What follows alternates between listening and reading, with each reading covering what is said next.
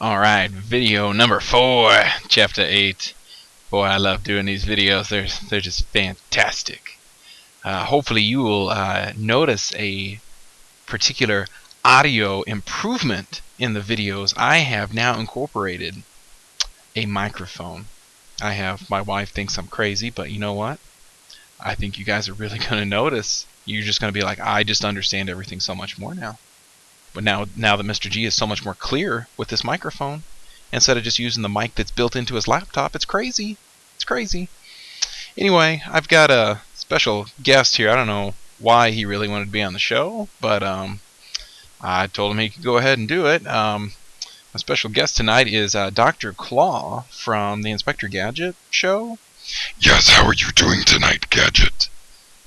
Did you just call me Gadget? Yes, you're Gadget in disguise. Actually, I'm not Inspector Gadget, but is that why you came on the show? You won't fool me this time, Gadget. Can I do some stats first, Dr. Claw, so we can handle this later? Yes, proceed. Alright. Okay, so we're just going to look at one example. And I will give you a page number to look at in your book later, at the end of the video here, that if you need to see a second example, that you can look at that on your own accord in the book. And if you got any questions on it, then you can always come to me during class, outside of school, whatever you need to do. Alright, so the one example we're going to look at says the National AIDS Behavioral Surveys found that 170 of a sample of 2,673 adult heterosexuals had multiple partners, meaning they had more than one partner within the last year. That gives us a p-hat of 0.0636. We will act as if the sample were a simple random sample. Calculate a 99% confidence interval for the proportion p, the population proportion p, that we don't know for all adult heterosexuals with multiple partners. So the first thing we're going to have to do is we need to check our conditions. And there's going to be 3 C's that we will do in confidence intervals. We will need to check our conditions. Then we may do some calculations. And then we will write a conclusion. And those will be the 3 C's of confidence intervals. So first off, our first condition, our random condition. They told us that we can act as if the sample was a simple random sample. So I'm going to say we have a SRS, a simple random sample, of specifically 2,673 adult heterosexuals to represent all.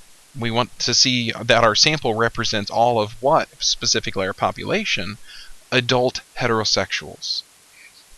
Okay, so everything that I will reveal to you here, you absolutely need to write down. Okay, so we have a simple random sample of this to represent all of these people. Number 2, our independence condition. We need to check to make sure that the population is at least 10 times our sample size. So our population is all adult heterosexuals, and you must write that. You cannot just write population. You must be specific. And is it greater than or equal to 26,730?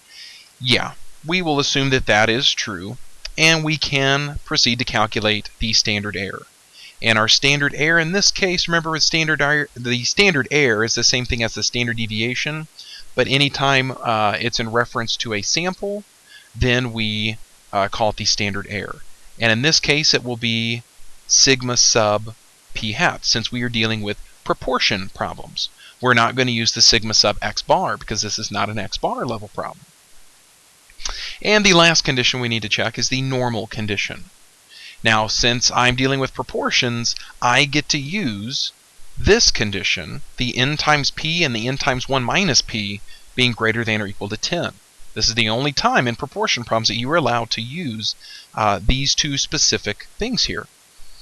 Now, typically we would use p, but we don't know what p is. So we are allowed to substitute it with p hat, our 0.0636. So if we plug in those values into both, we can clearly see here that both of those are greater than or equal to 10. So we may assume the sampling distribution is approximately normal. Okay. Now some of you might ask, well, hey, we've got a sample of 2673, that is sufficiently large enough for the central limit theorem. Can't we just use that?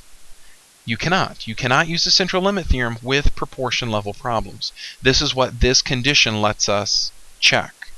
Even with a large sample size, it really depends on your sample proportion. If it is so teeny tiny, it doesn't matter if you have a sample size of 2673.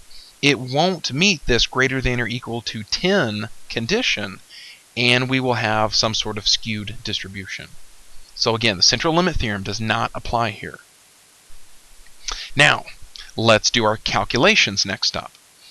So in our formula sheet, this is what we would see. This is what they would tell us. And our statistic specifically is our p-hat. It's not an x-bar.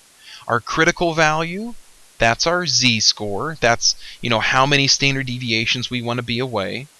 And before I mentioned it, we want to do a 99% confidence interval here. So we will have to calculate what that z-score is.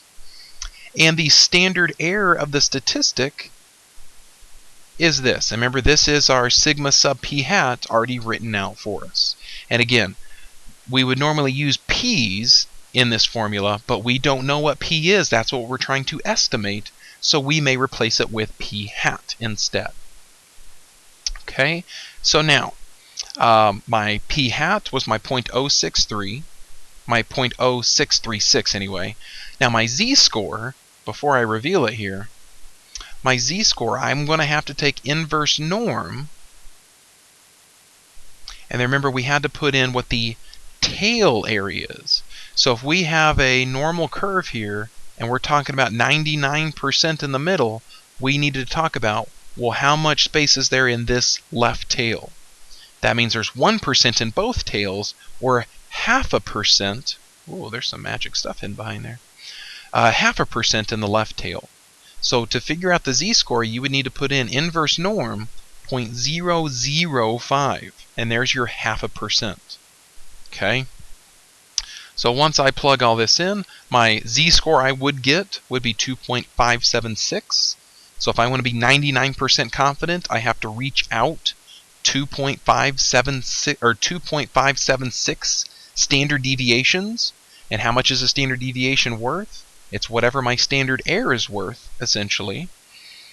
So if I plug down even more here, and if I figure all that out, then I'm going to have all the way from almost a little bit above 5% all the way up to a little bit more than 7.5%. is where I believe my population proportion lies within. Okay. One more little in-between step that I would personally do that I left out here. I would show what really all of this after the plus minus is. And let me just figure that out real. Alright, and here's a little in-between step that I would kind of prefer to see just to make sure you guys are on the right path when I'm checking your work here. Here is basically how much I'm allowed to wiggle, if you will. This little bit over 1%, keep in mind, this is my margin of error. That is how much I'm allowed to wiggle above and below my point estimate of my p-hat, my 0.0636. Now my conclusion, the last C of my confidence interval. You need to kind of follow along our generic statement that we're going to be going along with here. And we're going to say we are, or I am, 99% confident that the proportion, because this was a proportion level problem, of all adult heterosexuals, this was our population, that have had more than one partner within the last year, so this is what we were measuring specifically about our population, is between, and then our two numbers that we got up here, 5.14% and 7.58%. And lastly, if you would like to see another example, you can look at page 491 in your book. It's in the green box. The example is entitled, Teens Say Sex Can Wait. Ooh, this sounds scandalous. Alright, so Dr. Claw, what are we doing here, guy? Well, Gadget, you've escaped me many a time, but this time you will not escape me. Seriously, man, I'm not Inspector Gadget. That was like my old high school assistant principal. He totally looked like Inspector Gadget. Oh, yes, that's who I'm looking for. All right. Well, hopefully some of you guys know who Inspector Gadget is, or more specifically, Dr. Claw. And if not, I'm going to leave you here with a little clip. So here's me doing the Dr. Claw voice one last time. I'll get you next time, Gadget. Next time! And then here's a little clip I found on YouTube, and you guys compare, and you let me know.